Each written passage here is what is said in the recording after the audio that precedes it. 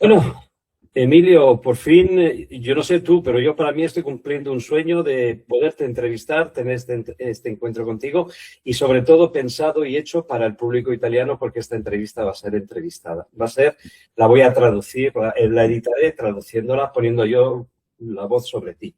Entonces, como en Italia no te conocen, pero aquí en España sí, puedes hablar a la persona que te escucha. ¿Quién eres tú?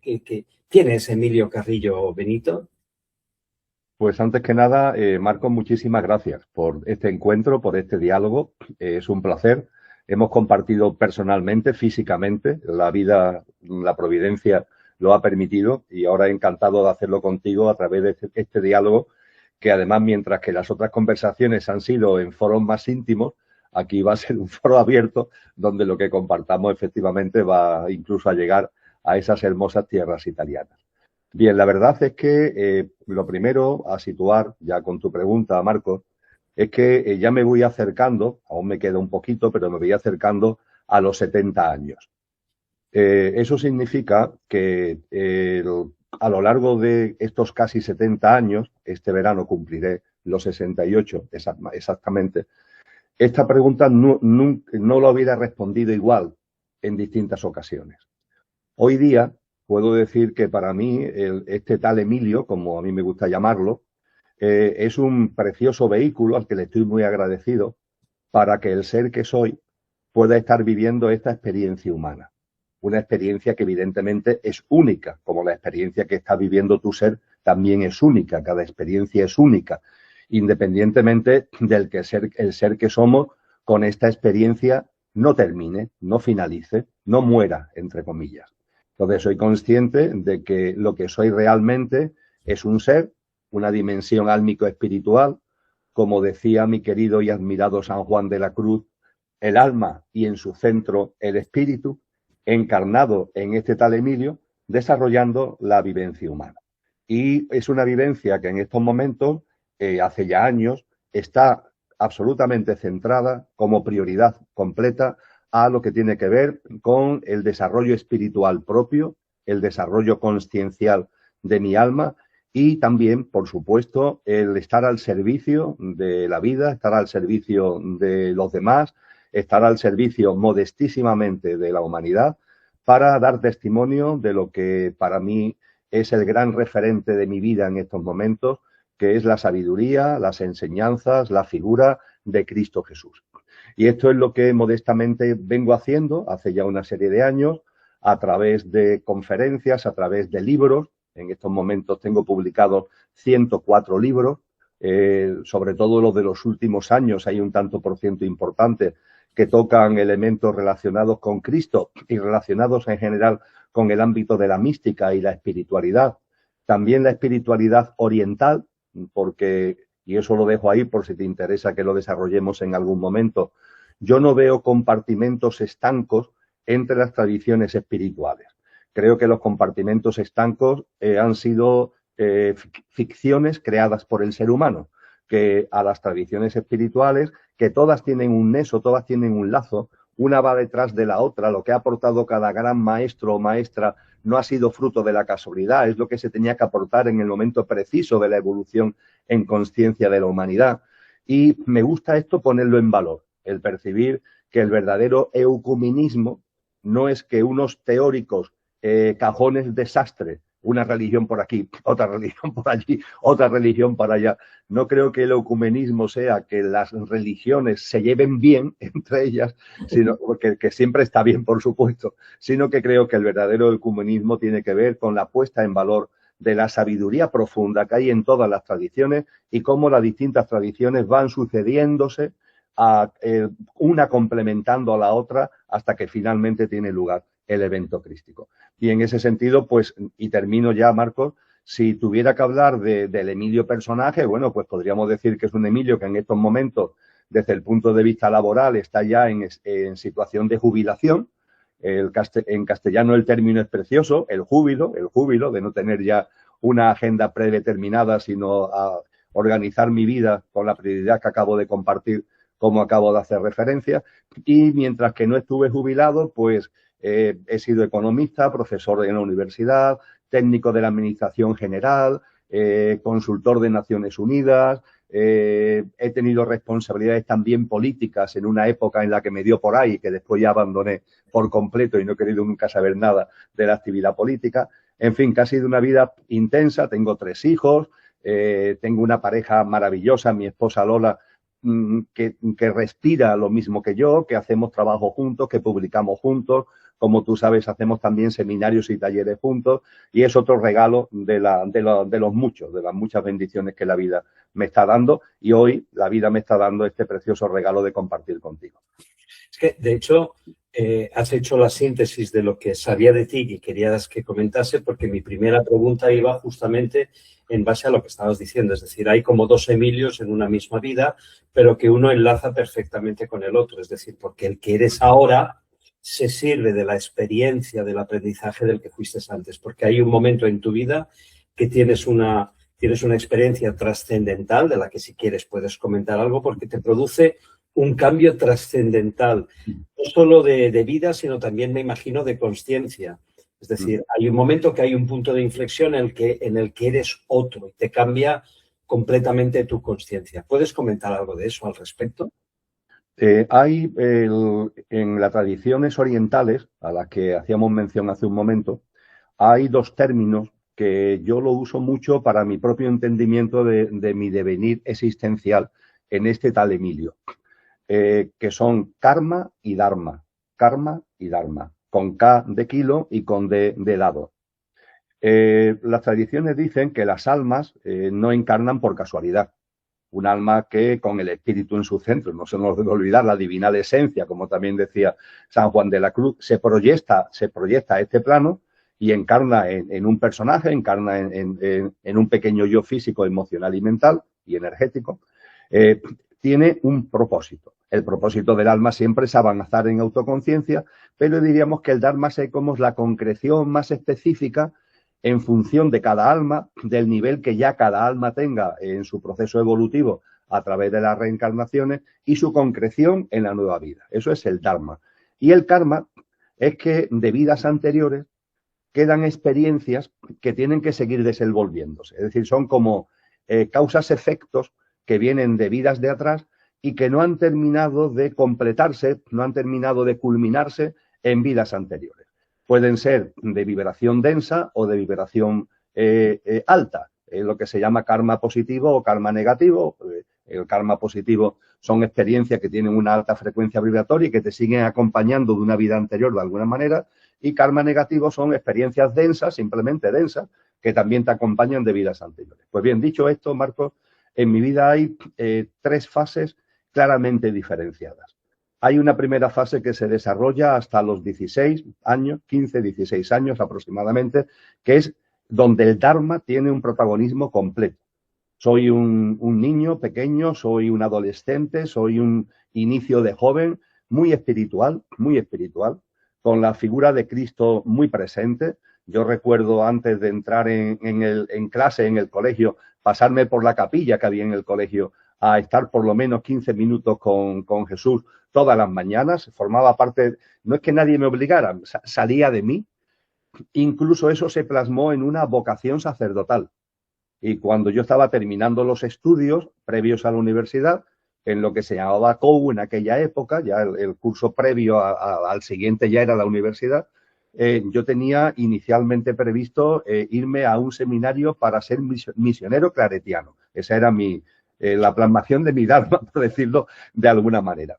No obstante, la reflexión individual, que no tuve ningún tipo de objeción, ni familiar, ni por parte de los sacerdotes a los que yo conocía, mi reflexión personal de que no era capaz de gestionar el celibato, es decir, la percepción que yo tuve ahí, 15, 16 años, de que el celibato me era muy difícil de gestionar, preferí parar esa decisión, darle un tiempo y entonces empecé estudios de economía en la universidad.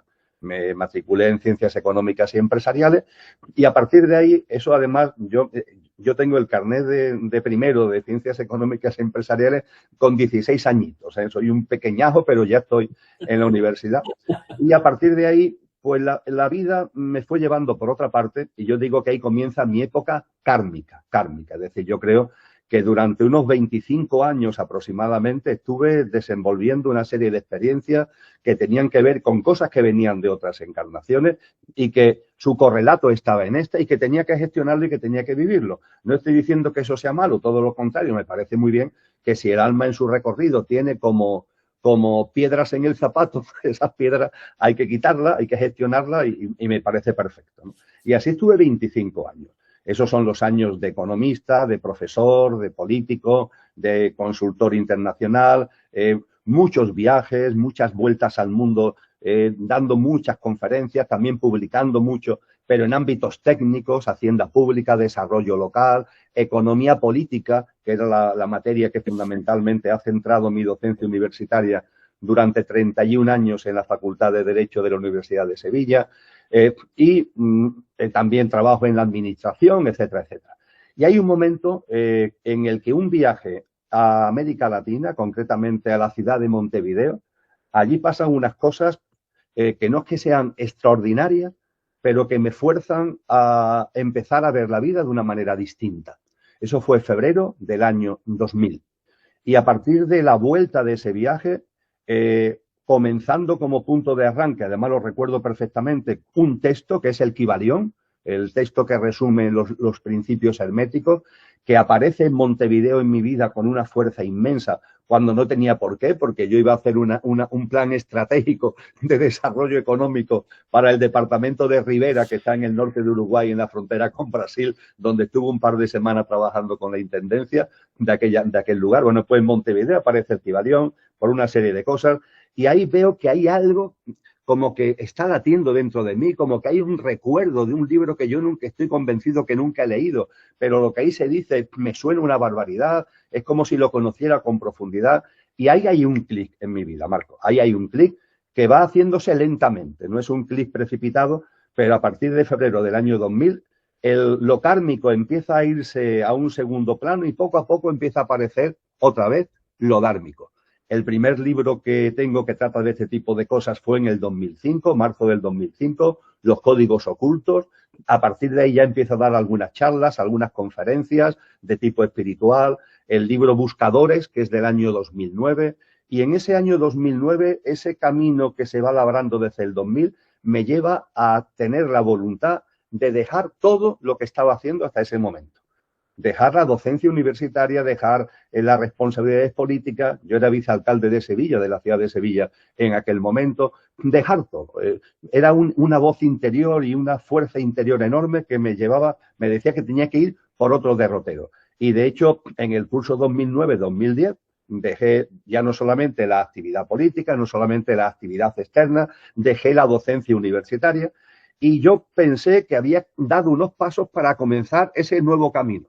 Bueno, pues curiosamente fue entonces, en noviembre del 2010, donde tengo una caída bajando de una montaña.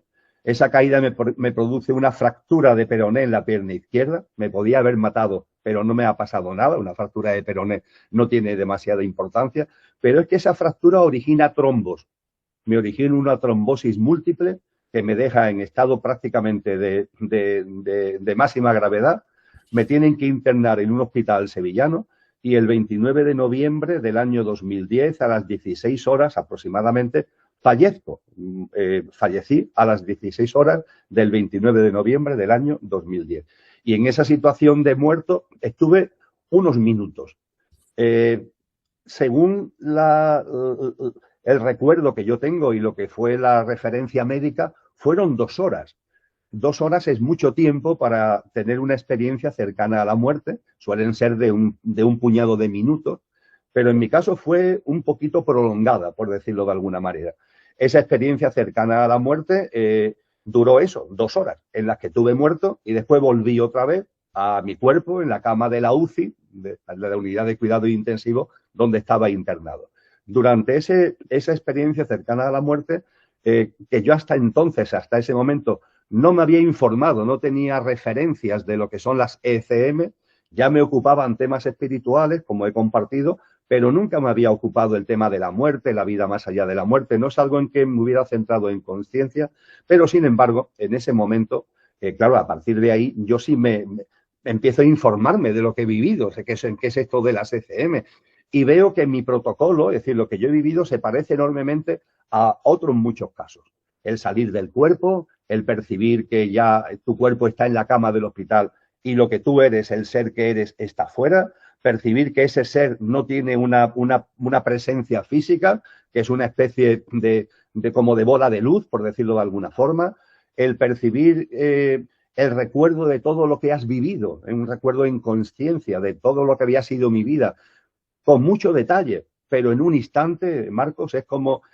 si tuviera mi vida en un chip, me tomo un vaso de agua, me trago el chip y entonces, ¡pum!, en una ráfaga mental viera toda mi vida, todo lo que había hecho.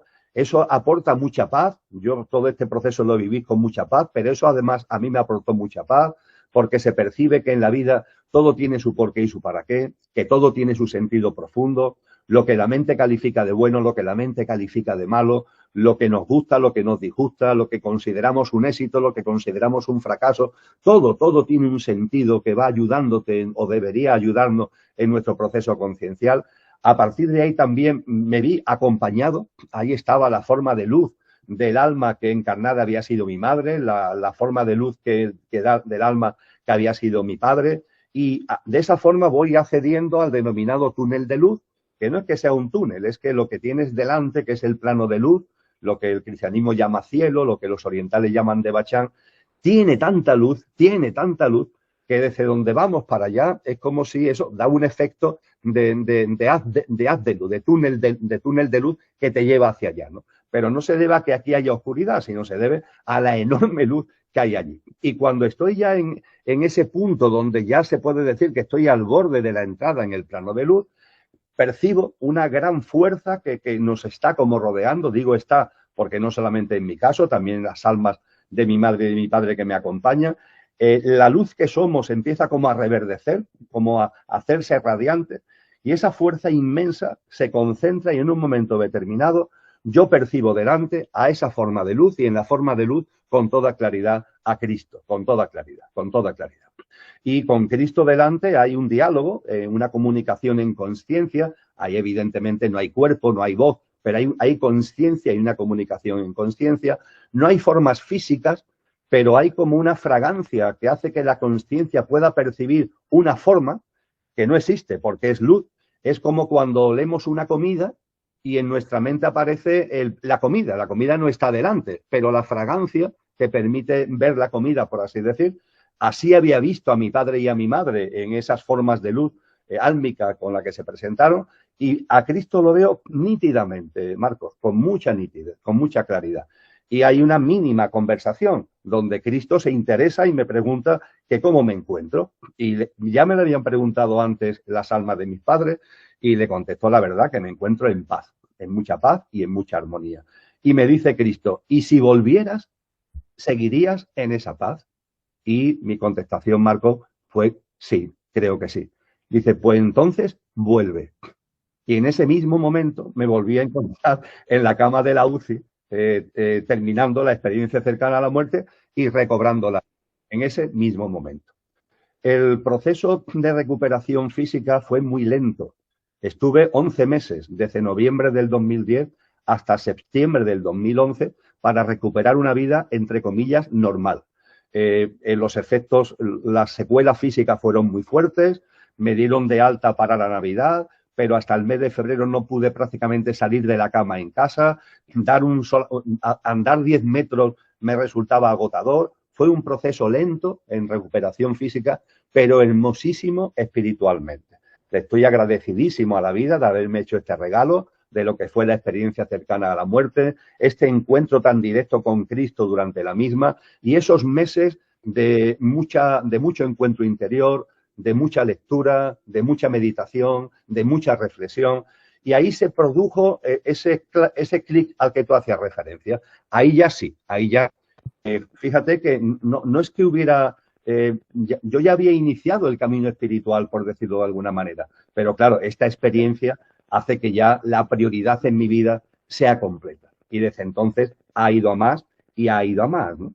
Y había pasado aproximadamente un año de la ECM cuando yo hago todas las mañanas oración, introspección, respiración consciente, meditación, todas las mañanas, desde aquella época le dedico un rato extenso, todo lo extenso que puedo, y había pasado aproximadamente un año cuando Cristo vuelve a aparecer en una de esos estados.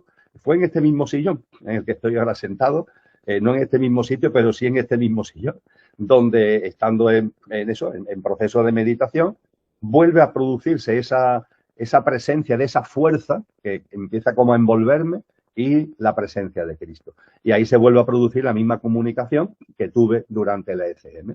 Y la comunicación se resume, no me quiero enrollar demasiado, ya termino, se resume de la siguiente forma. Me dice Cristo: Emilio, volviste y ni preguntaste por qué ni para qué. Volviste. Y ha pasado casi un año y no has preguntado nada. Has iniciado una nueva fase vital, está claro, pero no has preguntado nada. Digo, es verdad, no he preguntado nada. No, es que no tengo curiosidad, fue lo que le dije. Me imagino que hay un sentido profundo. No quiero darle pábulo a la mente, ¿no? Dice, bueno, pues ya que no tienes curiosidad, te lo voy a decir. Dice, has vuelto para dos cosas. Primero, para transmitir seguridad a los demás. Transmitir seguridad a los demás. Hay muchas personas que están viviendo experiencias muy potentes. Muchas personas que están tocando lo sobrenatural con sus dedos cotidianamente, pero les cuesta trabajo creerlo. Hay tanto influjo en esta sociedad de materialismo, de matar la percepción de lo divino, de alejar lo sobrenatural, que a personas que están viviendo experiencias que deben nutrirlas a ellas y nutrirlas a los demás, sin embargo le ponen como un interrogante, no terminan de integrarlo.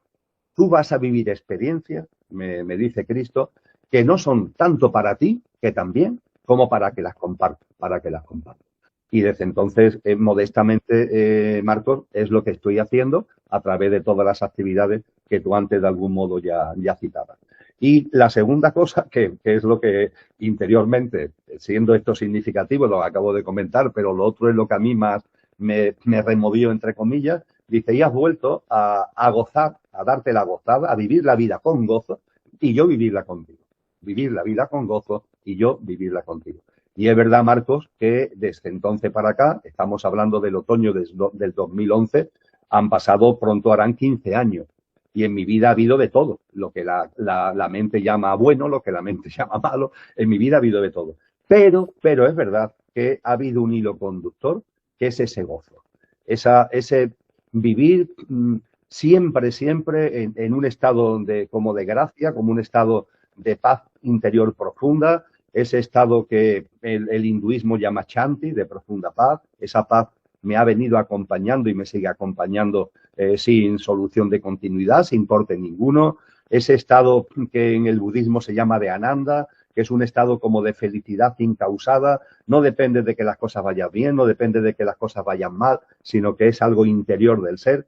Y bueno, pues en ese estado es el que pongo al servicio de lo que hago, de la labor que realizo, siempre con mucha modestia y siempre sabiendo que intento dar testimonio de algo tan espectacular como es Cristo, también de todos los órdenes, que hay muchos, los órdenes celestiales, angelicales, todas las figuras como la figura de María, que para mí tiene muchísima importancia, grandes almas como puede ser Buda Gautama, como puede ser Lao Tse, como puede ser Pitágoras, como puede ser Leonardo da Vinci o San Juan de la Cruz, que están muy presentes en mi vida y en mi devenir cotidiano. Y bueno, pues aquí andamos viviendo esta vida con la mayor plenitud que me es posible, que yo creo que es bastante significativa, porque me siento muy apoyado y muy ayudado por los órdenes celestiales. Yo, a nivel personal, te digo que yo sabía que habías tenido una experiencia trascendental.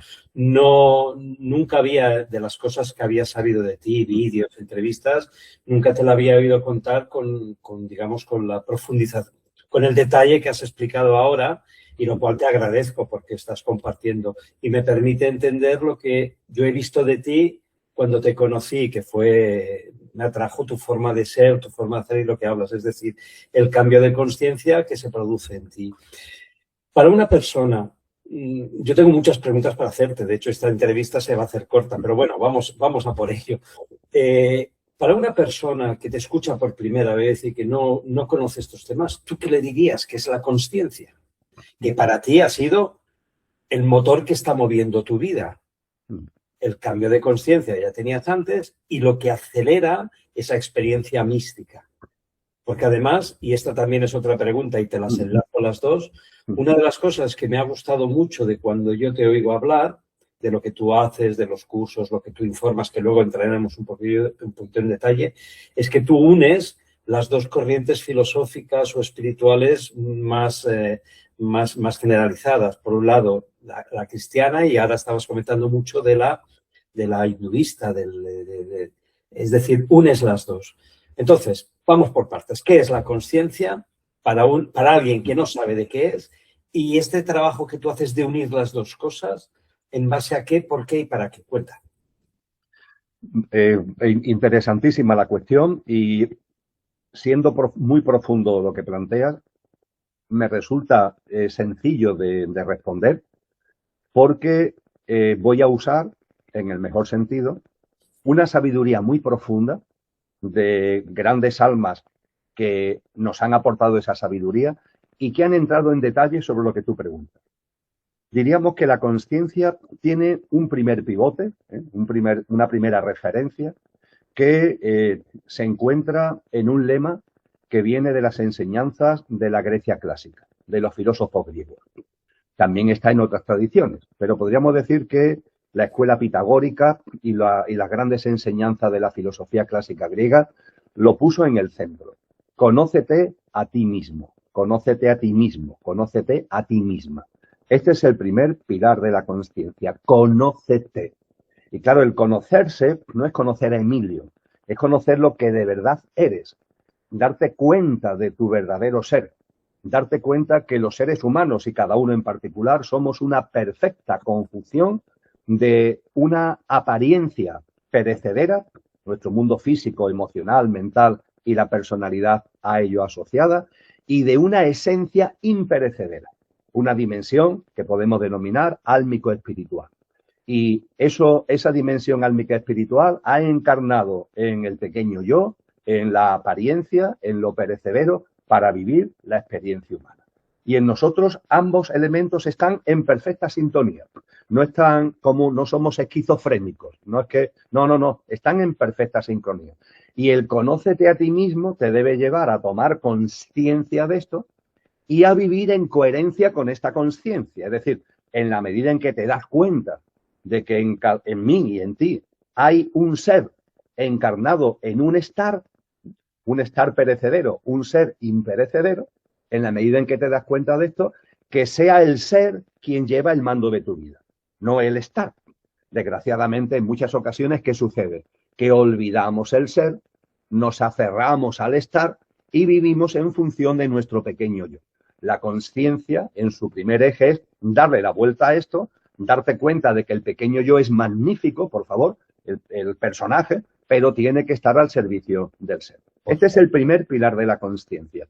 Segundo pilar de la consciencia, muy importante, conocer la realidad que te rodea. Esto es fundamental y a veces en la consciencia, Marco, en el movimiento de consciencia, esto se olvida. Porque el conócete a ti mismo conlleva una mirada interior, una mirada hacia adentro, un reconocimiento de tu ser, etcétera, etcétera, como acabo de compartir. Pero no te puedes quedar ahí, porque la consciencia implica necesariamente, tiene un segundo polo, tiene un segundo eje, que es el conocer la realidad que te rodea. Hay que conocer la realidad que nos rodea, hay que conocer el mundo, hay que vivir en este mundo. Cristo Jesús es clarísimo en palabras literales suyas que tenemos en los evangelios. Hablando con los fariseos, le dice: hipócritas, que sabéis mirar el cielo para distinguir la climatología y no sois capaces de mirar a vuestro entorno para distinguir los signos de los tiempos. Claro que hay que entender los signos de los tiempos, claro que hay que estar en conexión con la realidad y vivirla, porque el camino espiritual, y con esto termino, diríamos que la consciencia y el camino espiritual tiene la pata de la mirada interior, conócete a ti mismo, la pata de la mirada exterior, conocer la realidad que nos rodea, estar atentos a los signos de los tiempos. Y una tercera, que es el equilibrio entre ambas, el equilibrio entre la mirada interior y la mirada exterior. Por tanto, yo diría, y termino, que la consciencia es como un trípode que descansa sobre estas tres patas. La mirada interior, la mirada exterior y el equilibrio entre ambas. Cuando alguna de las patas falta o anda coja, el trípode se tambalea.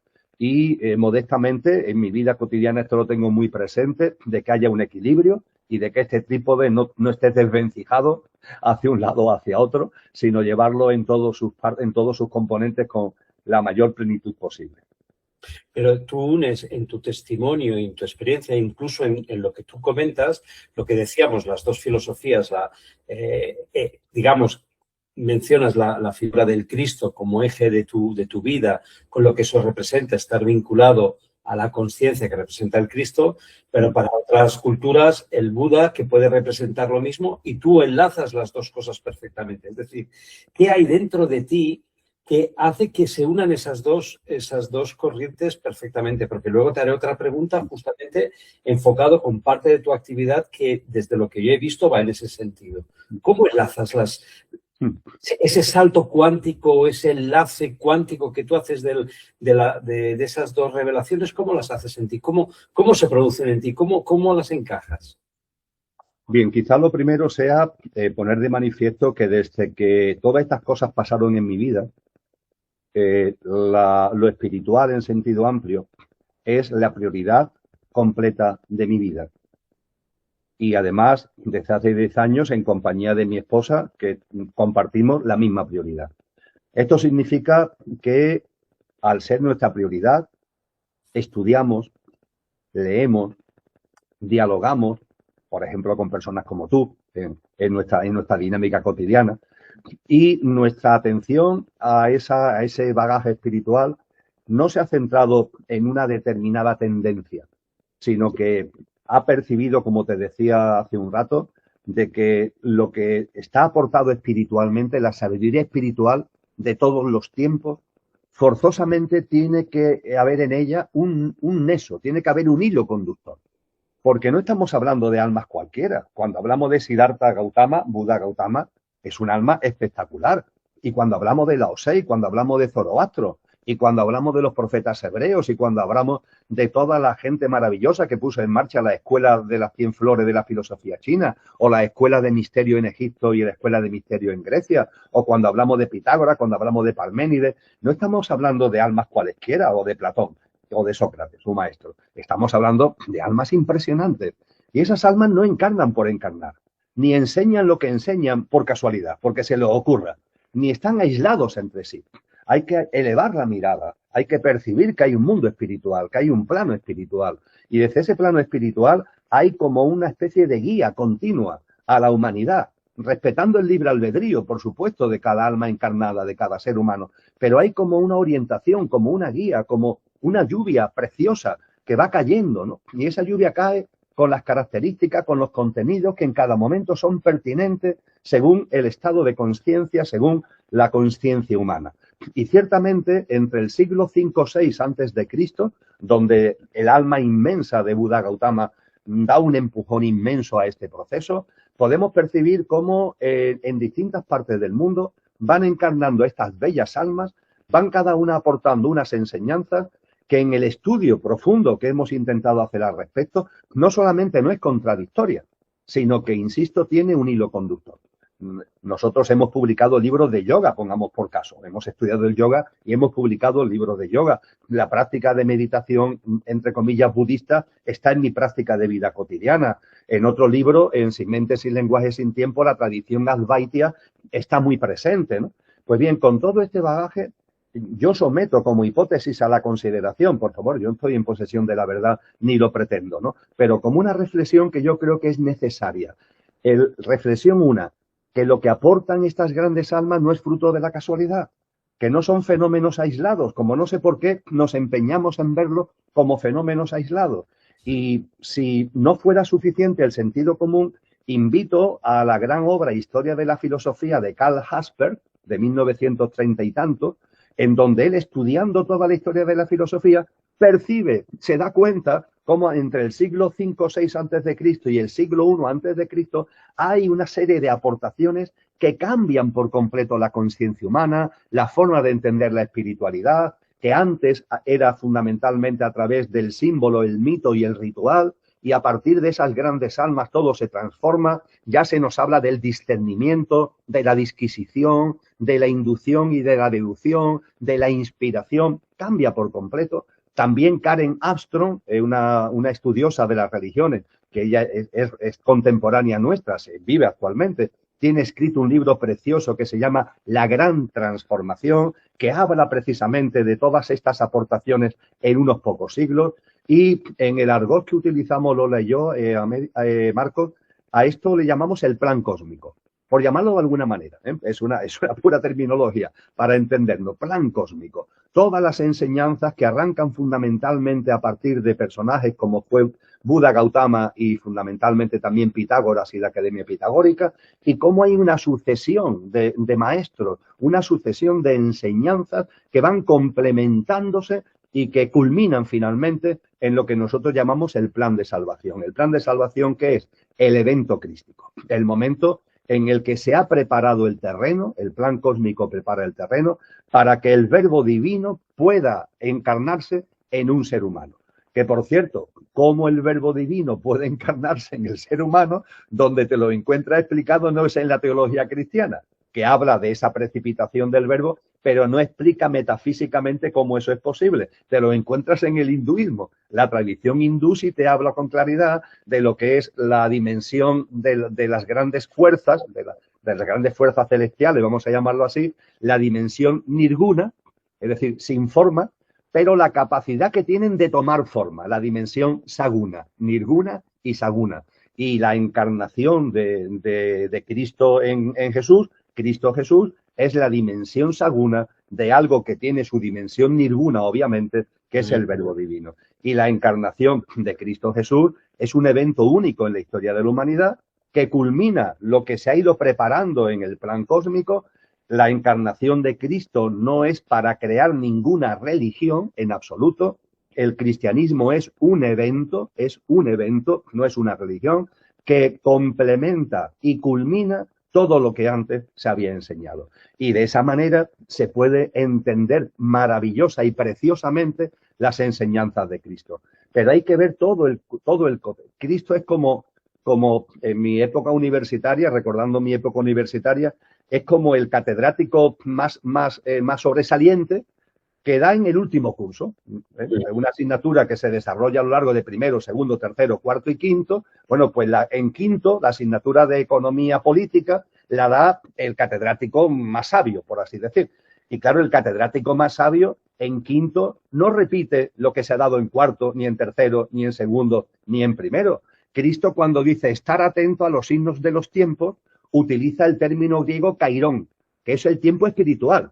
O cuando dice nadie sabe ni el día ni la hora, está haciendo referencia a que cuando se acerca un cambio de ciclo al que él se refiere con esto de que nadie sabe ni el día ni la hora, el final de esta generación humana para que arranque una nueva humanidad en una tierra restaurada, él dice nadie sabe ni el día ni la hora. Claro, eso sabiendo el plan cósmico, en el plan cósmico se ha explicado que hay un tiempo que es kairos, el tiempo espiritual, que toma el mando cuando nos estamos acercando a un final de ciclo. Cuando estamos lejos del final del ciclo, el tiempo que manda es cronos, el tiempo del cronómetro, del calendario, el tiempo repetitivo, lineal. En cambio, cuando nos acercamos a un final de ciclo, el tiempo se precipita porque Kairos toma el mando. Yo creo que esto actualmente es muy evidente, que estamos viviendo una aceleración del tiempo. Entonces, como tú te hayas acercado, no tienes que hacer una tesis doctoral, por favor, pero como no te hayas acercado mínimamente a las enseñanzas del plan cósmico, no entiendes esta aportación de Cristo. O cuando Cristo está con sus discípulos y se encuentran con un ciego de nacimiento, le preguntan los discípulos a Cristo, Maestro, ¿esta persona por qué es ciega? Estamos hablando de un ciego de nacimiento, ¿eh? ¿Esta persona por qué es ciega? Y es por su culpa. Vamos a ver, si es ciega de nacimiento, ¿qué culpa puede tener la persona de ser ciega? Están hablando de karma, querido Marcos, están hablando de karma, pero no tienen por qué explicarlo, porque es que ya es sabido, por así decir. Y Cristo le contesta diciendo, no, no es por su culpa, no es por karma, es para dar testimonio de su divinidad, es por dharma, por su propósito de vida. Este alma, aunque nos parezca un absurdo, cuando estamos aquí encarnados, ha elegido encarnar en un formato de una persona ciega porque se dan una serie de circunstancias en ese formato que le van a permitir vivir una experiencia que en lugar de pasar la vida, como desgraciadamente muchas veces pasa, entretenidos, distraídos, le va a permitir unas experiencias que lo van a obligar a centrarse. Y a continuación de decirle esto a los discípulos, lo sana. El ciego vuelve a ver, porque Cristo percibe que ese propósito de vida está cumplido, que el porqué de esa ceguera física, el porqué profundo de Dharma está cumplido. Es decir, cosas como esta, y podría seguirte hablando y hablando y hablando, como pone en evidencia que en las enseñanzas, la sabiduría y la práctica de vida de Cristo, que es descomunal, evidentemente es colosal, pero como no lo enlaces con lo que se ha enseñado antes, sería como intentar al catedrático de quinto curso entender lo que está explicando sin haber visto los cursos anteriores. Y repito que esto no es un tema de estudiar mucho, pero sí de tener un acercamiento y sobre todo una apertura de miras y una apertura de corazón. Yo veo que la gente se acerca a una tradición y se encierra en la tradición. Se acerca a un determinado maestro y se encierra en ese maestro. Los maestros se han caracterizado siempre por todo lo contrario. En dar sus enseñanzas y en llamar a abrir la consciencia. Porque la consciencia, y termino recordando el libro de la rebelión de los brujos, que en los años 70 marcó un antes y un después, allí los autores hacen una dedicatoria que ellos hablan de la inteligencia. Permíteme que yo lo pase a la consciencia. Cuando se dice la consciencia es como un paracaídas, solo funciona cuando se abre. Sí, de hecho, lo que me ha servido esta primera parte de esta entrevista, que ha sido un poco más hacia ti como persona, hacia tu visión de conciencia, tu desarrollo de la conciencia, he visto eso que es amplia, es decir, que has abierto. Ahora quisiera entrar ya para seguir con esta parte de la entrevista, que tiene un límite de tiempo, porque escucharte es un placer, hablar contigo es escuchar sabiduría. Quisiera centrarme un poquito en el aspecto externo, es decir, Emilio Carrillo en un momento determinado tiene una experiencia que le transforma su vida, su conciencia y con ello su vida. Ahora tienes una actividad pública muy desarrollada. Eres conferenciante, haces retiros, haces talleres, haces entrevistas. Tienes un proyecto que se llama Consciencia y Sociedad Distópica. ¿Puedes hablar un poco de él y cómo esa consciencia que tú has desarrollado la manifiestas a través de ese proyecto? Compartí anteriormente que la consciencia es un trípode que debe implicar mirada interior, mirada exterior y equilibrio entre lo interior y lo exterior. Desarrollo actividades de índole espiritual, de mirada interior, a través de lo que hemos denominado la Academia de la Consciencia. Esa Academia de la Consciencia que tenemos ubicada en la Hospedería del Silencio, que tú conoces perfectamente, y que es para nosotros como el referente, aunque no solamente impartimos actividades, compartimos retiros o conferencias solamente allí. Yo me desplazo a muchos puntos para hacer ese compartir. Pero podríamos decir que la Academia de la Consciencia es el eje fundamental de ese pivote de la mirada interior de la consciencia en mi actividad cotidiana. El otro elemento que tú has comentado, el proyecto de investigación Consciencia y Sociedad Distópica, es el eje de la consciencia como mirada exterior. Compartíamos antes que hay que conocer el mundo en el que vivimos, hay que estar atento a los signos de los tiempos. Y en el año 2018, Lola y yo percibimos la realidad de una distopía creciente e irreversible en la realidad humana. Una distopía, no hacía falta tener una gran mirada profunda para darse cuenta, pero no era tan así en el año 2018. En el año 2018 no se hablaba mucho de distopía, estaba ya aquí, pero no. Incluso el término era poco usado. Hemos hecho un seguimiento, ¿no?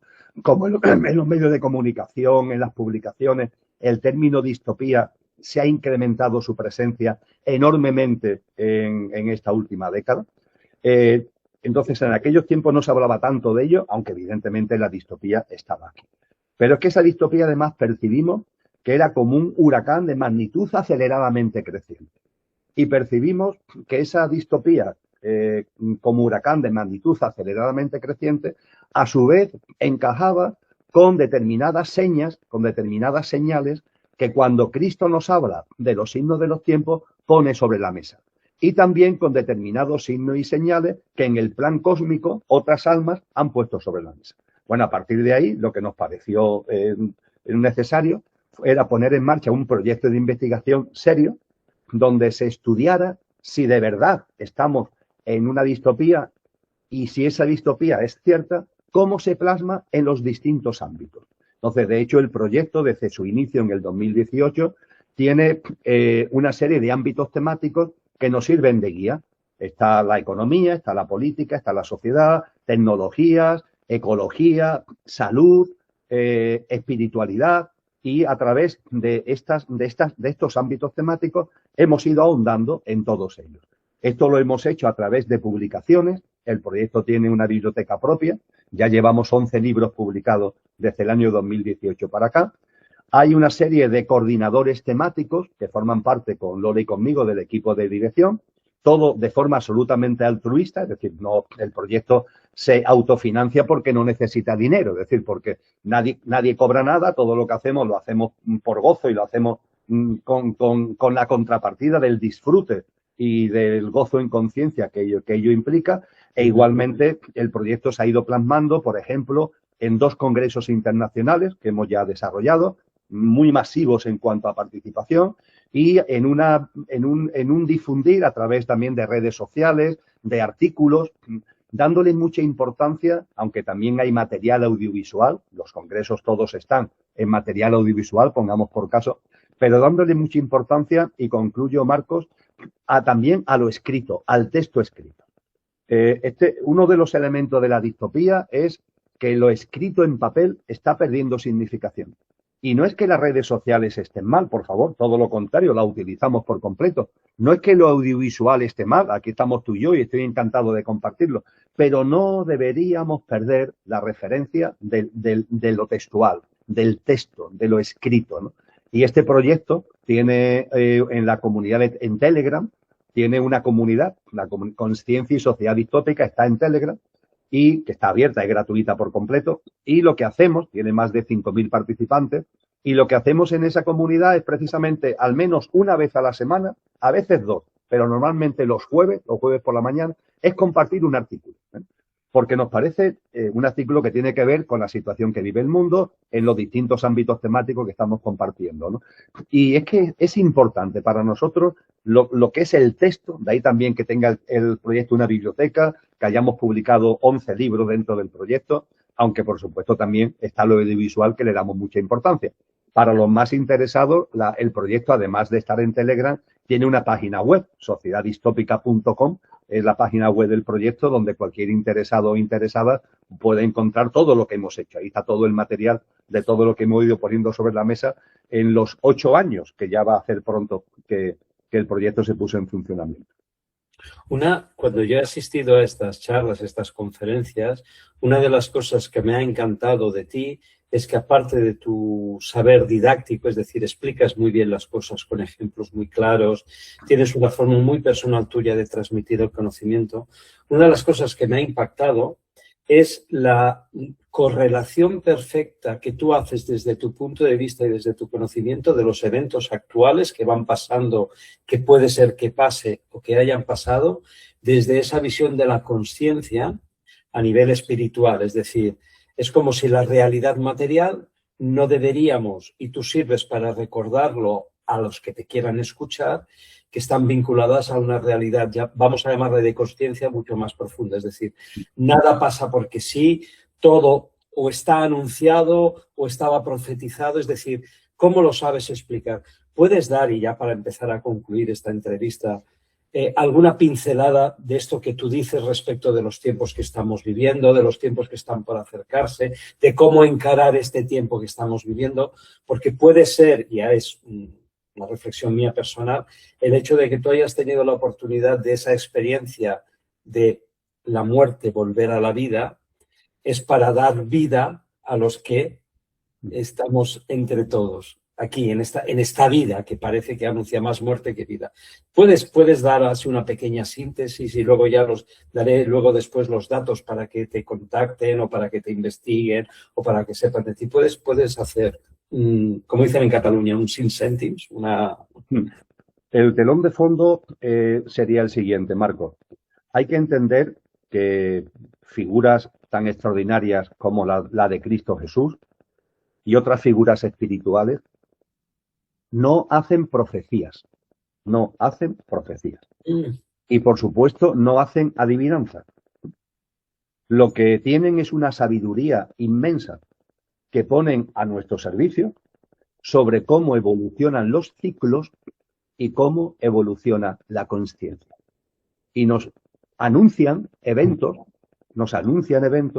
precisamente desde la sabiduría de cómo evolucionan los ciclos y de cómo evoluciona la consciencia.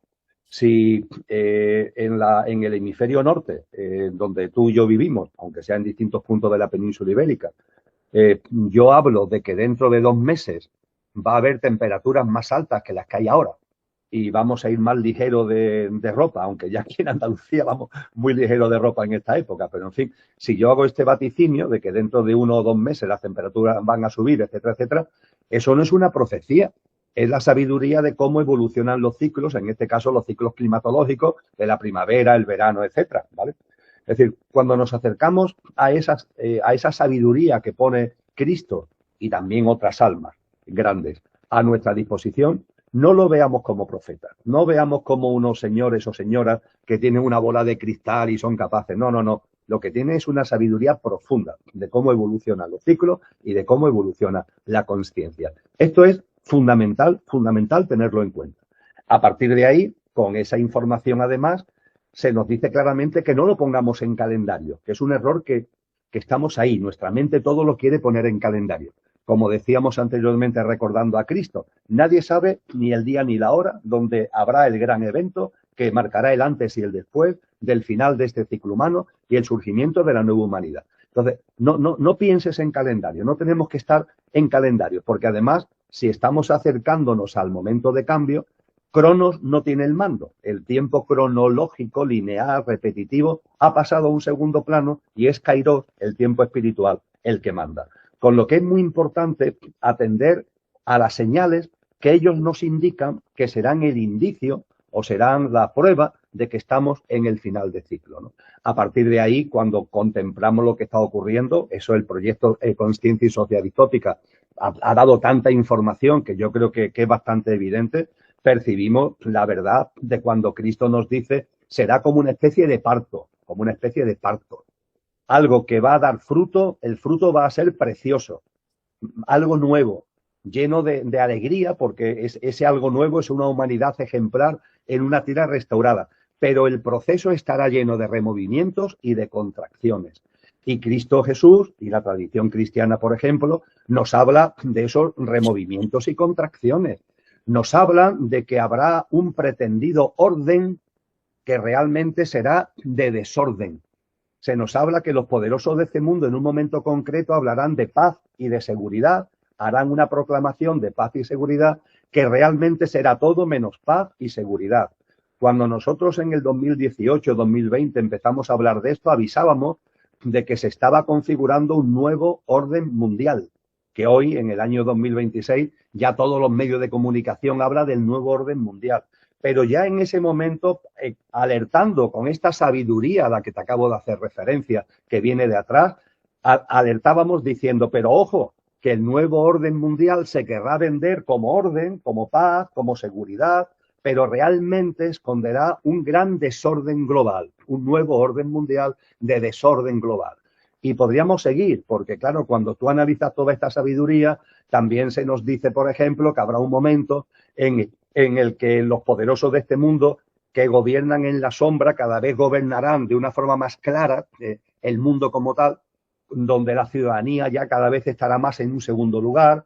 Se nos habla de lo que será la expulsión de lo trascendente, la aparición de lo que en nuestra terminología actualmente llamamos transhumanismo. Todo eso está ya descrito, no en profecía, sino en esa sabiduría a la que te he hecho referencia. E incluso se nos advierte de que llegará un momento ya cuando todo esto está en un avanzado estado, ya cerquita a que se produzca el cambio de ciclo, se nos advierte incluso de que se impondrá una marca, la que el Apocalipsis llama la marca de la bestia, que todos llevaremos o querrán que todos llevemos en la frente o en la mano derecha y sin la que no se podrá ni comprar ni vender, ¿no? Este tipo de cosas están escritas, este tipo de cosas están anunciadas y repito, que no tenemos que verlas como alguien que tiene ahí una bola de cristal o profecías, que yo respeto enormemente las profecías de Nostradamus, pongamos por caso, pero las enseñanzas de Cristo no se corresponden con esto, es otra cosa, pertenece a otro ámbito distinto. No, yo no critico a Nostradamus,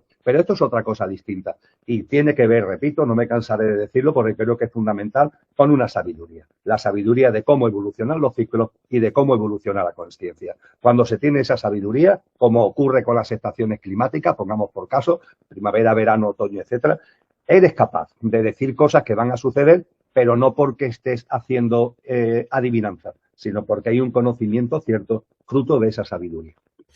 Y ya para concluir, porque ya llevamos casi una hora y ese tiempo que nos habíamos otorgado para esta charla, que vuelvo a decir, sería para hablar horas y horas, vamos a intercambiar los papeles. Imagínate que eres tú, que tú soy yo, y que te haces una pregunta a ti mismo, que es la que va a servir como colofón de esta entrevista y que sería lo que a ti te gustaría preguntarte a ti mismo.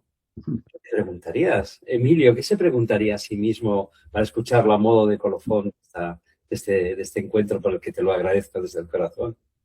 Pues fíjate, Marcos, es un tema que recientemente lo dialogaba con un amigo. Vamos, precisamente este fin de semana que hemos estado en un retiro en la Hospedería del Silencio, lo dialogaba con un amigo.